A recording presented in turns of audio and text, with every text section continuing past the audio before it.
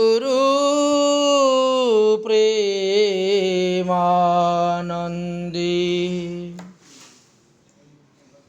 নিতাই গৌর সীতানাথ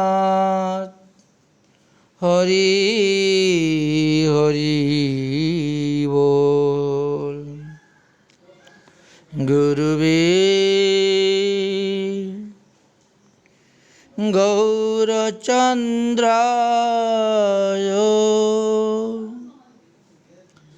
রাধিকায় তদালয়ে কৃষ্ণায় কৃষ্ণ ভক্তায় তদ্ভক্তায় নমো নমঃ। সুধী ভক্তবৃন্দগণ, শ্রী শ্রী প্রেম ভক্তি চন্দ্রিকা নামক গ্রন্থের ৯১টি ত্রিপদী পর্যন্ত আমরা আস্বাদন করেছি। এখন আমরা ৯২ নং ত্রিপদী আস্বাদন করার জন্য উপস্থিত হয়েছি। বিষয় বিষম গতি নাহি ভজ ব্রজপতি কৃষ্ণচন্দ্র চরণ সুকসার স্বর্গয়ার অপবর্গ সংসার নরক ভুগ সর্বনাশ জন্ম বিকার। পরম পূজ্যপাদ গ্রন্থকার শ্রী শ্রী নরোত্তম দাস ঠাকুর মহাশয় প্রেমের মূরতি হইয়াও স্বীয় মনকে শিক্ষাদানের স্থলে কয়েকটি ত্রিপদীতে সংসারী মানুষের কি করণীয় কি অকরণীয়, সংসারী মানুষকে কৃষ্ণ ভজনের পথে সার গর্ভ উপদেশ প্রদান করিতেছেন। এই ৯২ নং ত্রিপদীতে প্রথমত জড়ীয় রূপপ্রসাদী বিষয় সেবনের কে বিষময় ফল এবং শ্রীকৃষ্ণ পদপদ্ম ভজনের সুখ বা আনন্দকে অমৃত বলিয়াছেন। তাই বিষয় বিষম গতি নাহি ভজ ব্রজপতি কৃষ্ণচন্দ্র চরণ সুকসার। বিষয়ের গতি অর্থাৎ পরিণাম বা ফলাফল অতি বিষম, অর্থাৎ বিষময় বা অতি নিদারুণ দুঃখময় বলিয়া জানিবে। জড়ীয় রূপপ্রসাদীর বিষয় আপাতত দৃষ্টিতে সুখকর বলিয়া মনে হইলেও বিষয়ের রূপটি ঘনীভূত হইয়া দুঃখময় হয়। সুতরাং বিষয়কে অমৃত ভ্রমে প্রাণ করতে যেও না। যারা বিষয়কে অমৃত ভ্রম করিয়া প্রাণ করিতেছেন, সঙ্গে সঙ্গে তাদের দেহ মন প্রাণ এই জ্বালাময় বিষের জ্বালাময় হইয়া থাকে এবং শীঘ্রই মৃত্যুকে তারা বরণ করিয়া থাকেন। তদ্রূপ রূপ রসাদি বিষয় সেবনের ফলে তিতাবাদী উৎকট জ্বালা আর ভয়ঙ্কর জন্ম মৃত্যু নরকাদির দুঃখ ভোগ করিতে হয়। বিষয় ভোগের বিষময় পরিণতি বুঝিয়াও বিষয় সেবনের ফলে চিত্ত মনে বিষম ভোগের অমনি প্রবল সংকট জন্মায়। এই সংস্কার বহুকাল থেকেই হৃদয়ের মধ্যে জমাট বাঁধিয়া আছে। তাই বিষয় ভোগ হইতে বিরত হইবারও কোনো উপায় মানুষের থাকে না। প্রহ্লাদ মহাশয় দৈত্য বালকগণকে উপদেশ প্রদান করতে গিয়ে প্রসঙ্গ অনুসারে বললেন, ভাগবতের সপ্তম স্কন্দের ষষ্ঠ অধ্যায়ের 9 নম্বর শ্লোকে আর 13 নম্বর শ্লোকেতে আমরা দেখতে পাই, কুগৃহেষু পুমানসক্তম আত্মানাম জিতেন্দ্রিয়া স্নেহোপাশৈর্বদ্ধাংসুরিত্যৈহ বিমুষ্চিতা।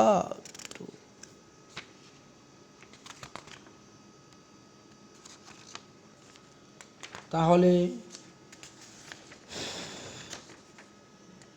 আমরা দেখতে পেলাম প্রহ্লাদ মহাশয় তিনার সখাদেরকে বলছেন, হে বয়স্ক বন্ধুগণ, যৌবনে গৃহে আসক্ত হইয়া পরে আর তাহাতে আসক্তি ত্যাগ করিবার সামর্থ্য থাকে না। কোন অজিতেন্দ্রিয় ব্যক্তি যে বিষয় আশয়, বিষয়কে আশ্রয় এবং আত্মীয় স্বজনাদির ধীরপাশ বদ্ধ নিজেকে মোচন করিতে ইচ্ছা করে, প্রাণ অপেক্ষা অধিক ঈপ্সিত ধন ও তৃষ্ণাকে কোন ব্যক্তি বা ত্যাগ করিতে সমর্থ হয়? তস্কর, বণিক এবং সেবকগণ প্রাণের মমতা ত্যাগ করিয়াও সেই ধন সংগ্রহে তাৎপর্য হইয়া থাকে। আবার অনুকম্পিতা প্রিয়তমার সঙ্গে রহস্যময় ও মনোময় আলাপাদি স্মরণ করিলে কেহ বা উহা ত্যাগ করিতে সমর্থ নয়। শরীর দিকের স্নেহপাশে বদ্ধ এবং শিশুগণের মধুরাস্ফুট কলভাষার শ্রবণে অনুরক্ত চিত্ত ব্যক্তিকেই বা তাহাদের সম্পর্ক ত্যাগ করিতে পারে। স্নেহের পুত্র, কন্যা, ভ্রাতা, ভগিনী, অসহায় মাতা পিতা, সুন্দর গৃহ, মনোজ্ঞ পরিচ্ছয়াদি, জীবিকা, গবাদি পশু, ভৃত্যবর্গাদি কেই বা এই সমস্ত ত্যাগ করিতে সমর্থ হয়?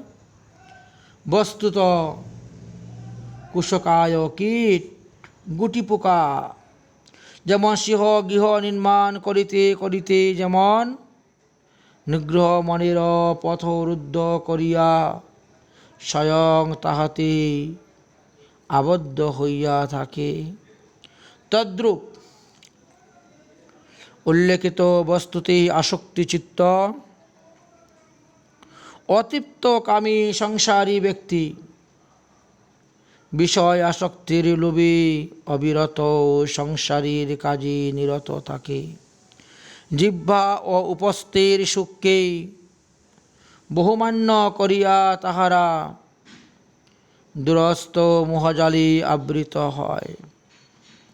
বিষয় স্পৃহা হইতে বিমুক্তি লাভে তাহার আর কোনো উপায় থাকে না। বিষয়ের এই রূপ বিষময় পরিণতি জানিয়া দেবদুর্লভ ভজন উপযোগী এই নরদেহ বুদ্ধিমান ব্যক্তি মানব মাত্রই শ্রীকৃষ্ণ ভজন করা উচিত।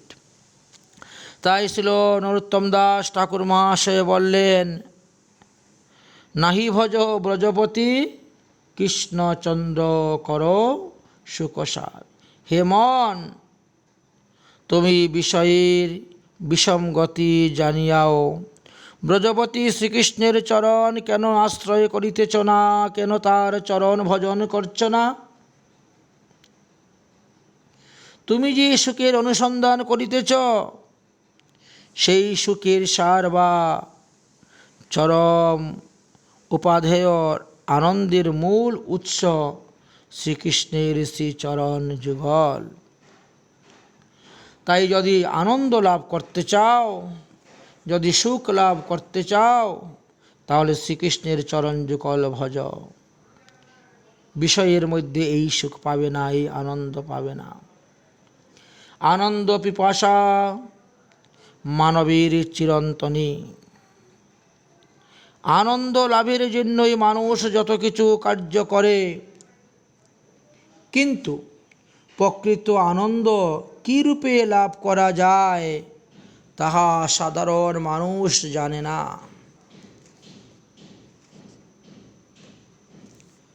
শাস্ত্রে সেই পথ দেখাইয়া দিয়েছেন। ইহাই দর্শন শব্দের নিগুড় অর্থ। বিষয়ানন্দ সেই পরমানন্দেরই আবাস কণিকা মাত্র,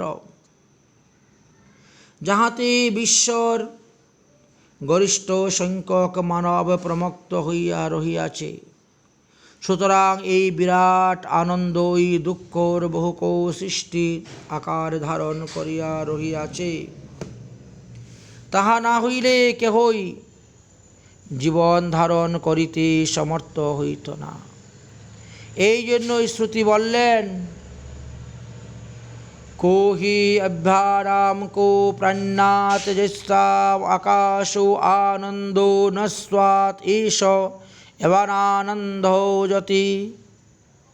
পুরাণেও লিখিত আছে, কস্তি শ্রেষ্ঠ জীবেনা বাপি যদ্ধা আনন্দ ন বিদ্যতে। এক্ষণে স্বভাবতই আমাদের মনে প্রশ্ন জাগে, এখানে এই বিরাট আনন্দের মূল উৎসটা কোথায়? মহাভাব শতমনহি একদা বিজন আশ্রয়ের চিন্তা করিয়াছেন, কত হি অভ্যানন্দ। অর্থাৎ কোথায় হইতে এই আনন্দ প্রবাহ আসিতেছে? এই নিয়ত পরিবর্তনশীল বিশ্বের অন্তরালে যিনি শাশ্বত মহাসত্যরূপে নিত্য বিরাজমান, সেই ভগবানই মধুময়, আনন্দময় ও রসময়।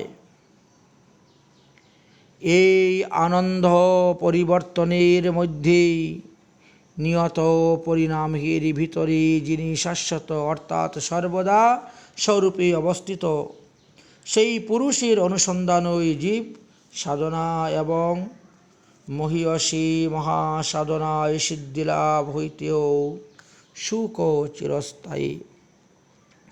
এই জন্যই শ্রুতি বলিয়াছেন, যো বৈ ভূমা তৎসুকম ন অল্পে সুখমস্তি। অর্থাৎ যিনি ভূমা বা নিত্য শাশ্বত বিভবস্তু, সেই ভগবানই সুখ বিরাজ করিতেছে। অল্পে অর্থাৎ অনিত্য বিষয়ে সুখ নাই। সেই ভূমা আনন্দই ঘনীভূত হইয়া অখিল রসামৃত মূর্তি স্বয়ং ভগবান শ্রীকৃষ্ণচন্দ্র রূপে প্রেম ব্রজ প্রেমিকের প্রেম নেত্রের গোচরভূত হইয়া থাকেন। তখন প্রেমিকের হৃদয় যে কত আনন্দে পূর্ণ হয় তা প্রকাশের কোনো ভাষা নাই। সেই আনন্দ প্রকাশ করিতে ভাষা নিত্যই অক্ষম। তখন সেই নবীন, তখন সে নীরব হয়ে থাকে। পরম প্রেমিক ছিল বিল্বমঙ্গল ঠাকুর।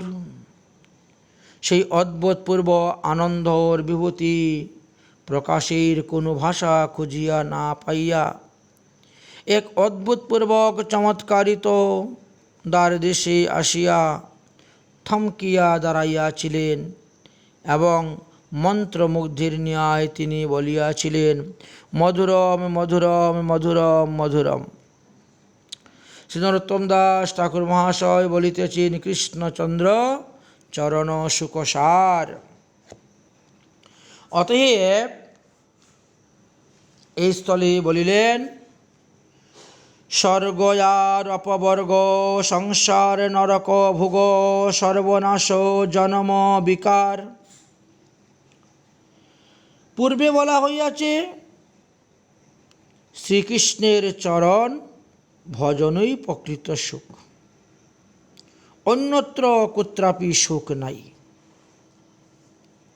কেহ বলিতে পারেন তবে যে কর্মকাণ্ডীয় এবং জ্ঞানকাণ্ডীয় শ্রুতিতে স্বর্গসুখ অপবর্গ সুখ মুক্তির কথা বর্ণন দেখিতে পাওয়া যায়।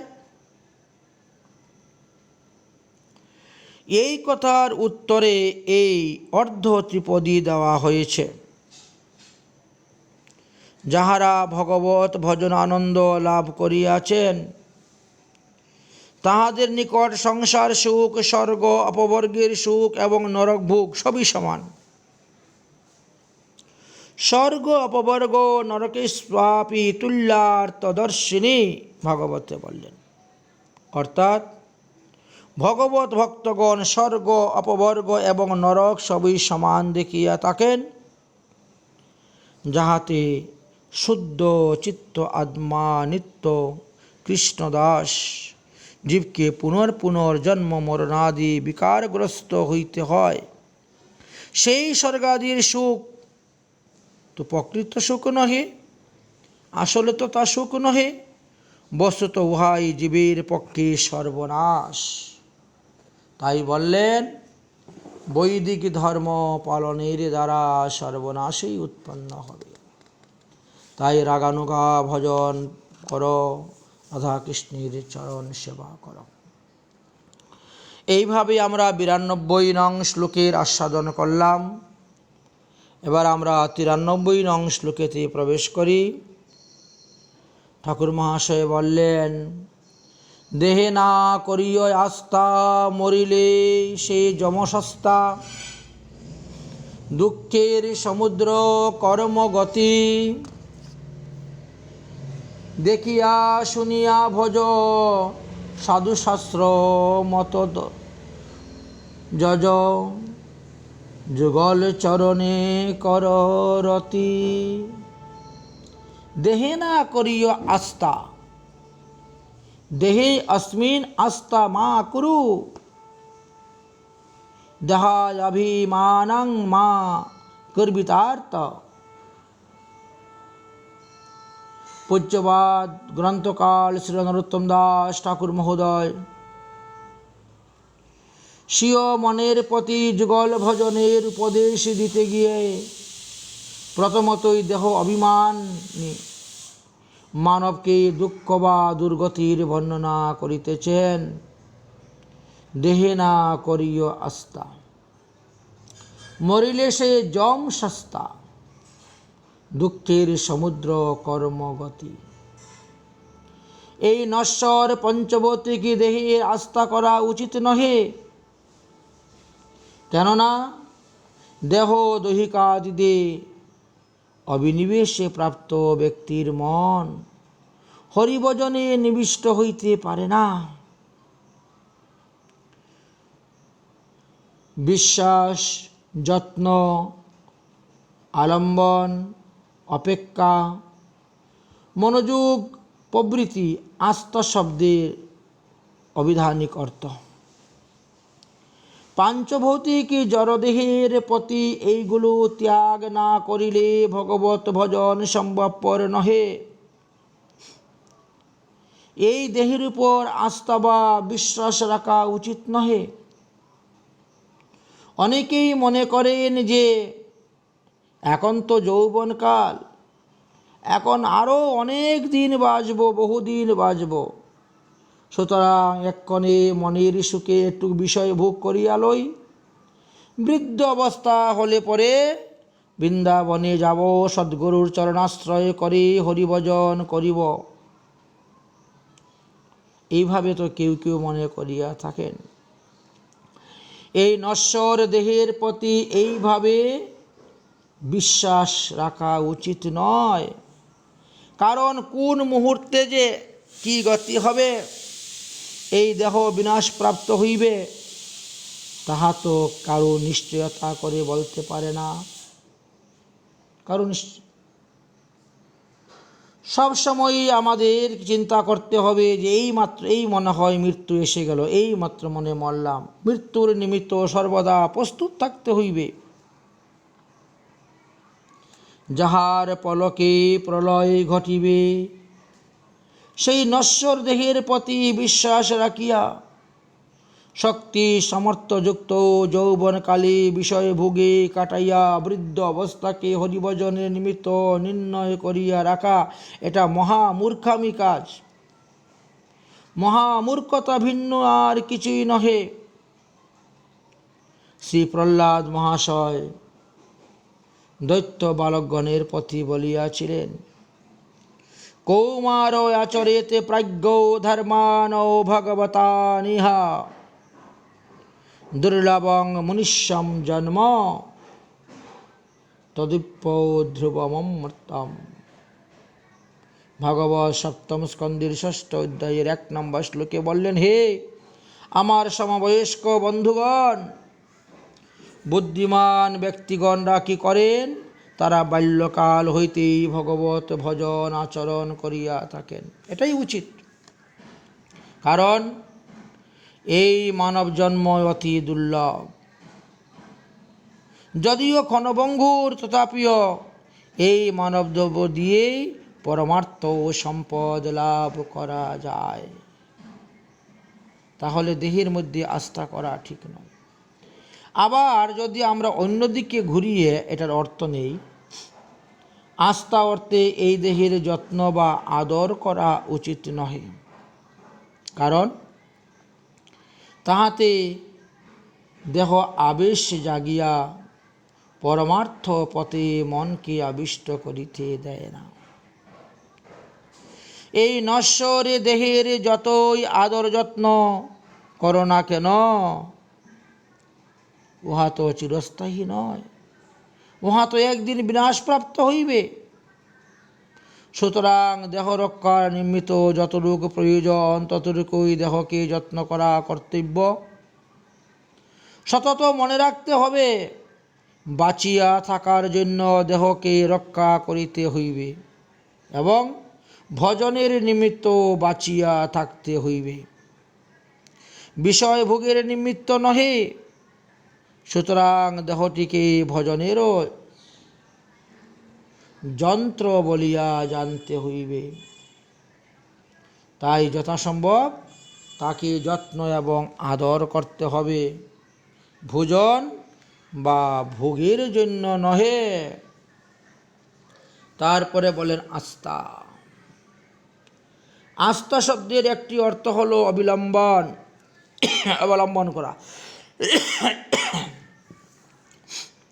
এই নশ্বর দেহের অবলম্বনে বা ভরসায়ী বুদ্ধিমান ব্যক্তি কখনোই ভজনে অবহেলা করিয়া মানব জীবনের অতি মূল্যবান মুহূর্তগুলিকে বৃথা অতিবাহিত করিবে না। বুদ্ধিমান মানব ভবকূপে নিপতিত জীবের দুঃখ দুর্দশার কথা সবসময় স্মরণ রাখিবেন।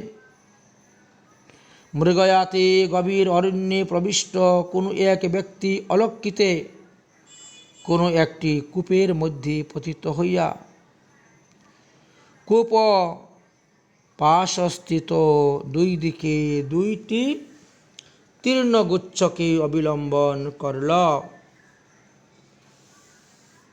ইহা তাহার আয়ুকাল। মধ্যপথে অবস্থান করিতে লাগিল। নির্মে জলের মধ্যে একটি ভয়ঙ্কর অজগর সাপ, অর্থাৎ নিচে পড়লে নরক, উপরে উঠলে একটি বাঘ তাকে খাবে, অর্থাৎ স্বর্গ, যেন তাহাকে গ্রাস করিবার জন্য মুখ দাবন্য করিয়াছে। আবার সেই তৃণগুচ্ছদ্বয় তাহার অবলম্বন, তাহার মূল শিকড়গুলিকে একটি সাদা ইঁদুর আর একটি কালো বর্ণের ইঁদুর মুশিক কাটিয়া দিতাছে। এই মুশিকটি হলো আমাদের আয়ুকাল, দিবারাত্রি। এই প্রকারে ভয়ঙ্কর অবস্থায় জানিয়াও সেই তৃণগুচ্ছ স্থিত মধুচক্র হইতে স্খলিত মধুমৃত মানে বিষয় সুখ পান করে, তাহা আস্বাদনে মত্ততা হয়ে আছে। আস্বাদনের মাদকতায় মত্ত হইয়া নিজেকে সুখী মনে করিয়া নিশ্চিন্তে অবস্থান করিতেছি। মৃত্যুকে দেখিয়াও দেখিতেছে না। ওহো, মোহের কি মহিয়ান শক্তি! মদীয় পরমারাধ্য শ্রী পরম গুরুদেব প্রণীত শ্রী শ্রী ভবকূপে জীবের গতি নামক গ্রন্থেতে তিনি সচিত্র সহকারে এই ঘটনাটি বর্ণন করিয়াছিলেন। অতএব বুদ্ধিমান ব্যক্তি এই দেহের অবিলম্বন করিয়া নিশ্চয়ই হরিভজন করিবেন, বিষয় সুখ ভজন করিবেন না, বিষয় সুখের আশা করিবেন না। তাই আস্থা। আবার আস্থা শব্দের আরও একটি অর্থ হয় অপেক্ষা। অনেকে মনে করেন যে ভজনের যে নিয়মাবলী বা ত্যাগ, বৈরাগ্য, নিয়ম, নিষ্ঠা, কঠোরতা, তাহাতে কি আমার দ্বারা ভজন পথে প্রবিষ্ট হওয়া সম্ভব, ভজন করা সম্ভব? সুতরাং ইচ্ছা থাকিলেও দেহের অপেক্ষায় ভজন পথাশ্রয় করিতে আমরা সক্ষম হই না। মহাজনগণ এই সমস্ত ব্যক্তিদেরকে লক্ষ্য করিয়া বলিতেছেন, দেহের অপেক্ষায় ভীত হইয়া ভজনের সেই সুবর্ণ সুযোগ তোমরা হারাইবে না। এই দেহের যতই অপেক্ষা করো না কেন, একদিন এই দেহ বিনাশপ্রাপ্ত হইবেই হইবে। সুতরাং নশ্বর দেহের মূল্যবান ক্ষণগুলিকে ভজনে নিয়োজিত করিয়া ধন্য করতে হইবে। আস্থা শব্দের অপর আরও একটি অর্থ আমরা বলতে পারি মনোযোগ। ভজন পথে প্রবিষ্ট হওয়াও কেহ কেহ দেহের প্রতি মনোযোগের ভজনের অগ্রসর হইতে পারেন না।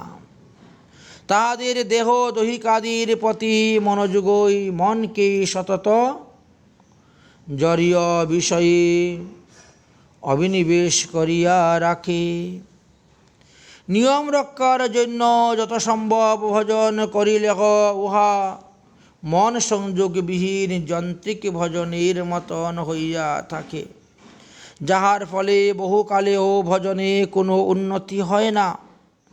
শ্রী নরোত্তম দাস ঠাকুর মহাশয় এমনি অদ্ভুত ভঙ্গিমাতে তিনি এই সমস্ত তত্ত্ব কথা তুলে ধরেছেন যে তিনি আস্থা এই দুইটি অক্ষরের একটি শব্দ মানবকে বহু মূল্যবান উপদেশ প্রদান করিয়াছেন। তারপরে বললেন, মরিলে সে যমসস্তা। যারা দেবের দুর্লভ ভজন উপযোগী এই নরদেহ প্রাপ্ত হইয়া রাধা গোবিন্দের ভজন করেন না, তাহাদের মরণের পর অবশ্যই যমদণ্ড ভোগ করিতে হইবে। এই যমদণ্ড কি রূপে বিষম বা ভয়ঙ্কর, তাহা শ্রীমদ্ ভাগবত মহাপুরাণের পঞ্চম স্কন্ধে নরক বর্ণনাতে জানা যায়। যাহার পাঠ বা শ্রবণে দেহ মন শিহরিত হইয়া উঠে, কেবল যমদণ্ডর ভয়ে এখানেই শেষ কথা নহে, তারপরে দুঃখের সমুদ্রে কর্মের গতিতে যমদণ্ড ভোগের পর আবার কর্ম অনুসারে অতি হিংস সর্প ব্যাঘ্রাদি নানা দুঃখময় যোনিতে জন্মগ্রহণ করিতে হয় এবং অনন্ত জন্মে সেই সব দুঃখ ভোগ করিয়া তাহার থেকে নিষ্কৃতি পাওয়া যায়। কিন্তু এই দুষ্প্রাপ্য সমুদ্রের ন্যায় দুঃখ থেকে কবে নিষ্কৃতি পাবেন তার ভরসা নাই। কর্মের গতি এই প্রকারে মহাদুঃখময় বলিয়া জানিবে। অতএব দেখিয়া শুনিয়া ভজ সাধুশাস্ত্র যত মজ, যুগল চরণে কররতি। মানবদেহের নশ্বরতা এবং জীব জনির নানা দুঃখময় দুর্দশা দেখিয়া এবং সাধুশাস্ত্রের নিকটে এই হরিভজন উপদেশ যোগিতা মানব দেহ ভজনের আবশ্যক কর্তব্য শুনিয়া বুদ্ধিমান মানবগণ মহৎ আশ্রয়ে সাধুশাস্ত্র যেভাবে বর্ণন করে গিয়েছেন তাহাই পালন করিবেন। সাধুশাস্ত্রে যেভাবে ভজনের উপদেশ দিয়া গিয়াছেন তদনুসার ভাবে অবশ্যই ভজন করিবেন। বিশেষত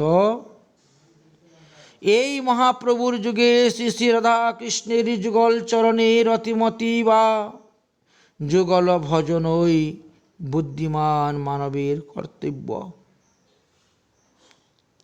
কারণ ব্রহ্মার অহোরাত্র অর্থাৎ প্রায় ৮,০০০ যুগের পর এই যুগল ভজন শ্রীমৎ মহাপ্রভুর অবতারে আমরা পেলাম। মহাপ্রভু এসে আমাদেরকে বিতরণ করে দিলেন। এই মন্বন্তরে এর আগে ২৭টি কলিযুগ গত হয়ে গিয়েছে। কোনি কলিযুগে মহাপ্রভু প্রকট হন নাই। আর বেদেরও দুর্লভ ব্রহ্মার দুর্লভ সেই বস্তু কেউ পায় নাই। এই যে রাগানুগা ভজন, ব্রজপ্রেম, গোপীপ্রেম, রাধাকৃষ্ণের ভজন,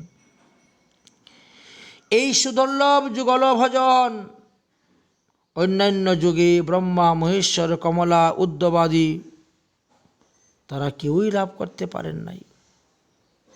তাদের জন্য সেটা দুর্গম বা দুর্লভ হয়েছিল। কিন্তু আজ মহাপ্রভুর কৃপায় কলিহত জীবের সেটা আস্বাদন সুলভ হয়ে গেল। তাই এই অনর্পিত চরিং যুগল ভজন পথ আশ্রয়ী মহাপ্রভুর কলি মানবের জীবনে যথার্থ সার্থকতা করে গিয়েছেন। এই জন্যই শ্রীল নরোত্তম দাস ঠাকুর মহাশয় বলিয়াছেন, সাধু শাস্ত্র মত যজ যুগল চরণে রতি। অর্থাৎ শ্রীমৎ মহাপ্রভুর সম্প্রদায়ী সাধুগণের সিংহ গতানুকূল যেসব শাস্ত্রবাণী আহরণ করিয়া যুগল সেবনের উপদেশ দিয়াছেন, যুগল চরণে রতি ব্যতীত রাখিয়া এই কলির মানবকে তদনুরূপ ভজন করিতে হইবে।